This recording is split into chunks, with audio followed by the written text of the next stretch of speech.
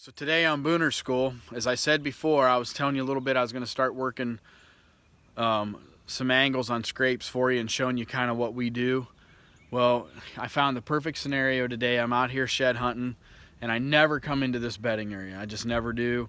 The only time I do is when I'm shed hunting in the spring. I don't hunt this spot. But what I want to do is show you a scenario here that would be perfect if I wanted to hunt this. So what I've got here is I've got this big old scrape. Now this is February 21st here in the evening here, and this scrape is still being messed with. Now I don't know if these bucks are messing with it because there could be some late fawns that still haven't been bred yet, but most likely what it is, it's just these deer communicate. You know, they're used to working this. There's a big grapevine hanging here that these deer, you know, are hitting right underneath of it. And what we've got here is this is a real thick bedding area in here. And so these deer love to bed in this spot, and it's probably about I'm going to say about a 10-acre bedding area. And then it leads to big open timber here, you know, going this direction. Goes up onto this timber, and then up in here you got a food source as you drop off this ridge through some more timber, and then it goes into a bottom where there's a bunch of, you know, fields and stuff. So what these deer are doing is they're bedding in here, and we've got a funnel right here. See this terrain feature down in here pushes these deer right to this scrape. And so when they come out of this bedding area, they got to work around this point. They just have to.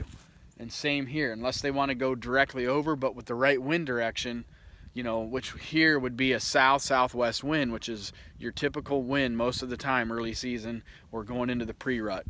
And so what's going to happen is you're going to get these deer coming to here. They're going to work this scrape.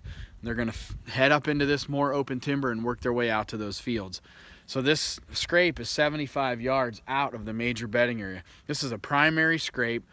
This is the perfect scrape to, if you're going to hunt a scrape, if you're not going to hunt one on the edge of the field, but you want to get in the timber a little bit, say you're hunting an area that the deer are just so pressured that, you know, you're really struggling getting them in daylight. So this is where I would hunt. You know, I'd come to a spot like this close to bedding. I'm not going to dump right into their bedding because, you know, you're very limited on how you're going to hunt that many times if you only got one or two properties to hunt. So this case scenario here, you get yourself an access into a stand in here that you can get in and out really quietly, and you're only leaving one trail in and out. And you can hunt this then maybe 2 or 3 times in a row in the right conditions, you know, as pre-rut is here and right in the, you know, before major rut, when these bucks are really trying to get on their feet and find those available does, or, you know, they're starting to feel dominant. They want to come in and start working their scrapes that's on the edge of their bedding areas, you know, and this is the perfect scrape for something like that. What I'll do then is, like, if I was going to hunt this, I would come in here about, you know, probably somewhere around October 12th, somewhere in there, and I would get this thing going with some, you know, Black Widow scrape beads, scrape master scent, and I would get it started. And I would get them bucks like, you know, who the heck is this other deer?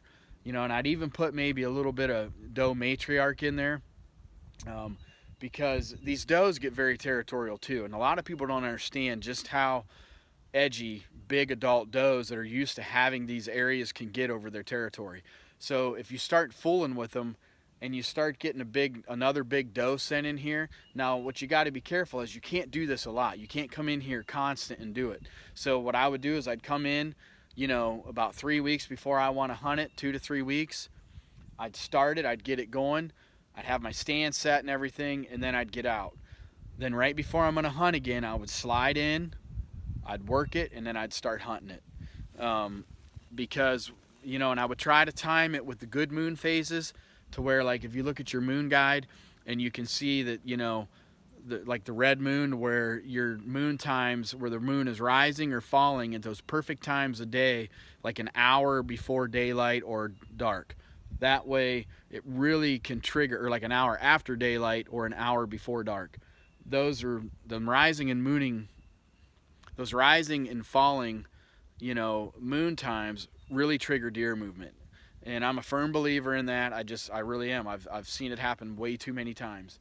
And so during those cases, that will give you the perfect scenario to really up your chances of that deer wanting to get off his belly and come out of this bedding area, work this scrape, and head out to the, you know, the feed fields looking for, you know, the available does. Now this is especially a scenario that I would hunt, like I said, if I was hunting a property that, you know, was definitely a really pressured, and what I'm experiencing in this farm is exactly what I'm just talking about. And so in this case, this just may be what I may have to do this year, because I got a really good deer in this farm. And I, you know, whether it's somebody that I'm like a client or somebody I'm guiding or myself or whatever, we may actually have to get a little aggressive and hunt this spot, because what I'm figuring out, and that's kind of why I'm in here digging this bedding area today, I'm finding where people are hunting, you know, encroaching the line seriously, and, you know, baiting and doing some things like that, and it's really making it tough, and my deer are really getting edgy, you know, on this farm. And, you know, when you've got access to a farm, you're really trying to do your best to leave the deer unpressured and, you know, pick them off on the edges, but sometimes you just can't do that. And so in this case scenario here, this is one where I might definitely be hunting this scrape pre-rut and trying to pick off one of these big bucks coming out of this bedding area. So I hope this helps you today. This is our Booner School idea for today, and I just, you know, it was the perfect scenario to run by, and I hope that hope it helps you out. So, you know, keep in mind using those black widow deer lures in a situation like this, and it'll put a deer in front of you.